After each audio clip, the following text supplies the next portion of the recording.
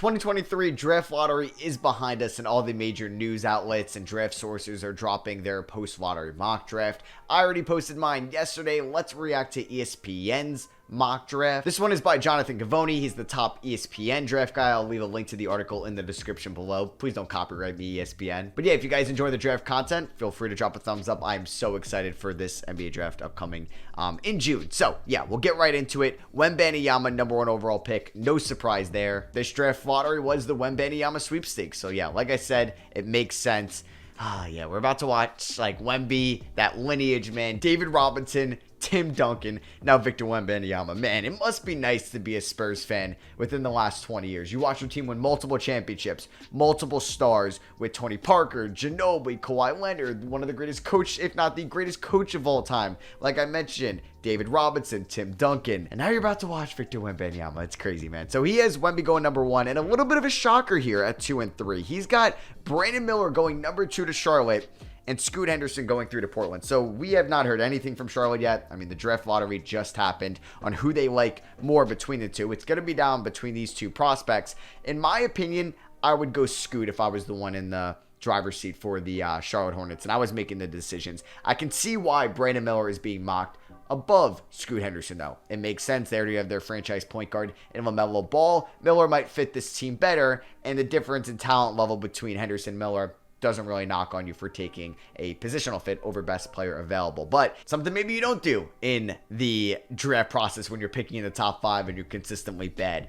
I would go with Scoot over Miller because I have Scoot ranked higher as a better player, and you try to make it work between LaMelo Ball and Scoot Henderson. But yeah, in this case, if Portland gets Scoot Henderson at 3, is this where you end up making the trade? Is this where you trade Damian Lillard? You give the keys to Scoot Henderson, or you think Scoot Henderson and Damian Lillard can just work together and help you win right now? I don't really see that. It doesn't really help out your defense all that much, and something the Blazers need and is perimeter defenders and wings and a little bit of size too on the perimeter, and you pretty much are led by Damian Lillard, Scoot Henderson, Shaedon Sharpe, Anthony Simons. It's a lot of guard play there. So if I was Portland and Miller goes 2, I would just either try to trade down, like see if the Rockets would give you a player, the Magic would give you a player. Maybe you get Jonathan Isaac in 6 and you just trade down. I don't think you would want Jonathan Isaac, but something like that, you know, just a defender in return, and you move down from 3. So he has Miller 2, Scoot 3. If you watch my mock, I have it reversed. We are a little bit different here on 4 and 5. He has Amen Thompson going 4. I agree. Jarris Walker going 5 to Detroit. Now, I could see this. I mocked Cam Whitmore. Jarris Walker, I don't know. Like, Detroit would have to make some decisions. Are you trading Isaiah Stewart? Are you just benching Marvin Bagley, even though he has 2 years left on that contract you gave him an offseason ago? Are you trading Bojan Bogdanovic? You have James Wiseman. You have Jalen Duren. It's a very crowded front court there in Detroit. And yeah, that shouldn't scare you from taking a front court player here. You take best player available. But is Jarris Walker going to be able to develop and get that playing time and those reps in his rookie season? Because yeah, if he's behind veterans like Bogdanovic and Bagley and other young guys trying to fight for the ball, and Stewart, Duren, and Wiseman, I don't know if that's great for Walker's development. So you either trim some of that, or you're like, all right, we're benching Bagley, we're benching Bogdanovic till we have a trade partner, and Walker, you're going to get most of the power forward minutes. But Walker with Cunningham and Ivy, I would love that. I like Cam Whitmore a little bit more, but yeah, I'm fine with Walker there at 5. We have Asor Thompson going 6 to the Orlando Magic. I have that. Whitmore going 7 to the Pacers. I had Walker going 7, so we're basically swapping those picks, but we predicted exactly where the Twins are going, or at least I did with Givony. Yeah, Whitmore in Indiana, I don't maybe love as much, because I wonder if that fit with Mathurin, how that would be kind of on the 3-point arc. But maybe you run some lineups with Cam Whitmore at the 4. Now, I could be talked into that. I would definitely like that. So that's something I can get on. We have Anthony Black going to the Wizards at 8. I also mocked that as well. It just seems like it's going to be the Wizards pick. Grady Dick to the Jazz at 9. I did not mock this, but I could see Grady Dick going in the top 10. His shooting can be elite at the NBA level. He's a good athlete, and he's kind of smart. He's got high basketball IQ. He's a tough guy. He's able to fill in the holes on the offensive end. Hey, there's a loose ball. Guys are fighting for it. He's going to get to the exact wing spot that you need to be a catch and shoot. Or if there's a double team, he knows how to move. He has great spacing. I like that pick for the Jazz at 9. Taylor Hendricks to the Mavericks at 10. This makes some sense. They need some size and defensive length, and that could be Hendricks. I had them getting like Casey Wallace. Great perimeter defender, but obviously he's a point guard. We'll see if they bring back Kyrie. They don't really need another point guard in that sense. Jordan Hawkins going to the Magic at 11. I like that, especially if you're taking a very raw prospect and Asor Thompson a little bit higher. Go out, take Jordan Hawkins here. OKC taking Cason Wallace. I do wonder if OKC is going to go with another guard, like a point guard to be exact too, because I guess like the Trey Mann experiment is done there in OKC. We got Toronto taking Nick Smith. I don't see Nick Smith as a Toronto team.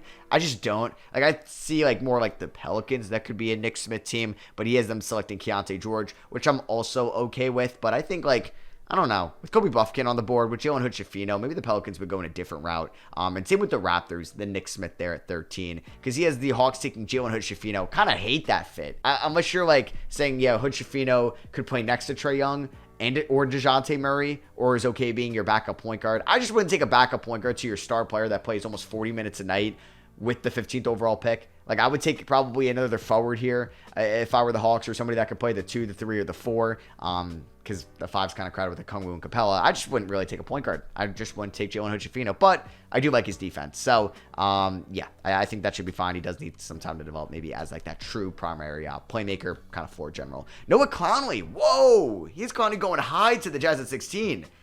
I've been seeing a lot of like him around like the 22 range. I think going like 27 in my mock. Whoa, that's something to keep an eye on, because obviously I trust Gavoni's opinion, and him at 16 is interesting. I like the fit in Utah for sure. He has them getting Grady Dick and Clowney. Yeah, I think I had them getting Taylor Hendricks, so maybe Hendricks and Clowney would be a little bit repetitive. Lakers taking Jed Howard. I also mocked that as well. Ryan Rupert to the Heat at 18. Hate that. They took a project player, Nikola Jovic, last year. I feel like they would try to take somebody more NBA ready, especially if they lose like a Gabe Vincent in the offseason or a Max Strus. They kind of want somebody that can kind of play right away for them. Warriors getting Kobe Buffkin at 19. I mean, if Buffkin falls to 19, I would take him there. I don't know if the Warriors want to go point guard, because you obviously have Steph Curry. But yeah, they could use another backup point guard. They're going to lose DiVincenzo most likely in free agency. And we'll see what happens with Jordan Poole. If you trade Jordan Poole, I would take Kobe Buffkin for sure at 19. Bryce Sensabaugh to the Rockets at 20. I don't know if I like this. I would go maybe Leonard Miller, BLL Coolby, who he has coincidentally enough going to the Brooklyn Nets with their next 2 picks. So, hey, I like that for the Nets. I don't know if I like Sensabaugh to the Rockets. Reminds me maybe of a little bit of like the Josh Christopher pick for them. James Najee to the Blazers at 23. I do wonder. I'm going to like keep an eye on like the mocks. Who's going higher? James Najee or Derek Lively? Really as the second center off the board after Wemby at number 1, because there's not like a true center like Jarris Walker, Taylor Hendricks, all power forwards. Yeah, like how high is James Najee going to go, or how high is Derek Lively going to go? He has Chris Murray falling 24 to the Kings. Now that would be cool, because Keegan Murray, his brother, plays there. I don't think Chris Murray falls to 24. I know he's a little bit on the older side, but a lot of these teams could use immediate shooting. Like Portland, they're trying to win next year. Boom, get Chris Murray at 23. Nets, I don't think so. Rockets, no. Warriors at 19. Heat at 18. Chris Murray's literally a Miami Heat. You plug him next to, or in between Jimmy Butler and Bam Adebayo. You see how many threes they've been taking in the playoffs. Somebody with a quick release. That's perfect Chris Murray fit there at 18, honestly. I actually think I had Chris Murray going to the Lakers at 17, not Jed Howard. I had Jed Howard going to the Miami Heat. Yeah, that's what I had. We have Derek Lively going to the Memphis Grizzlies. I actually had James Najee going there, and Derek Lively going to the Sacramento Kings, but I like the center option. They kind of need him. I mean, Clark's going to come off an injury. Adams kind of gets hurt a lot, and he's due for a contract soon, and they have Xavier Tillman going to be a free agent soon. Take Derek Lively, why not? Derek Whitehead to the Pacers. Pacers have 2 first-round picks in the 20s. I could see them trading these 2 for like 1, or at least trading one of them for a future first or multiple seconds, but with one of these picks in the 20s, this one would be a Cleveland from the LeVert 2022 trade deadline trade about a year ago. I like them taking a chance on Derek Whitehead for sure. Maxwell Lewis to the Hornets at 27. Yes, I love this. I love Maxwell Lewis to the Hornets. And think about how bad this trade was for them, because they basically traded like the 13th overall pick last year for this pick. And they got a little like something else also, like seconds, but yeah, did not work really out for the Hornets. Like, would you rather have the 27th in this year's draft, which is a little bit better than 2023's draft, or 2022's draft, or the 12th pick last year? I mean, just Jalen Duren and Mark Williams could have been on your team. Or if you wanted to take like AJ Griffin, or is like pick 13, excuse me. He has Colby Jones going in the first round. Whoa. I did not expect Jonathan Gavoni to be a Colby Jones guy. Well, it's not his big board, but still interesting. And Andre Jackson, I have yet to mock Andre Jackson in the first round. I don't know if I have a first round grade on him yet. but I'm leaning towards it. But yeah, Andre Jackson going there at 29 to the Pacers, and Jaime Jaquez, who he also has going in the first round. Okay, this was like my Terquavion Smith area, who he has going 31. He has no Gregory Jackson in his first round. He has him going to the Pacers here at 32. Dylan Mitchell, I hated him at Texas, but he's been doing like wonders in the combine, helping out his draft stock, goes 33. Trace Jackson Davis to the Hornets at 34. Marcus Sasser, 35. He's got Jalen Wilson, Jordan Walsh. Sidney Sissoko kind of going low there at 39. Rookie Council, Amari Bailey there at 42. Kobe Brown, Dembona out of UCLA. I'm not a huge Bona guy.